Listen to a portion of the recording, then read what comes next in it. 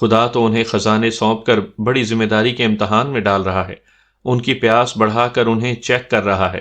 بچے، خدا نے جسے دنیا میں ذلیل و خوار کرنا ہوتا ہے نا، اس میں دولت کی ہوس ڈال دیتا ہے۔ اس نے ایک ذرا توقف کیا، نیاز الدین کو بغور دیکھا، پھر کہا، ایسے بدقسمت لوگ بھی دنیا میں ہیں جن کی پیاس بجھنے کا نام ہی نہیں لیتی۔ وہ اپنے حصے کا پانی بھی پی جاتے ہیں اور ارد گرد والوں کے مشکیزے بھی چھین لیتے ہیں۔ اور ہاں میرے بچے، یہ دھیان رکھ کہ جس کی پیاس نہیں بجھتی وہ پاگل کتے کی طرح پانی پی پی کر مر جاتا ہے۔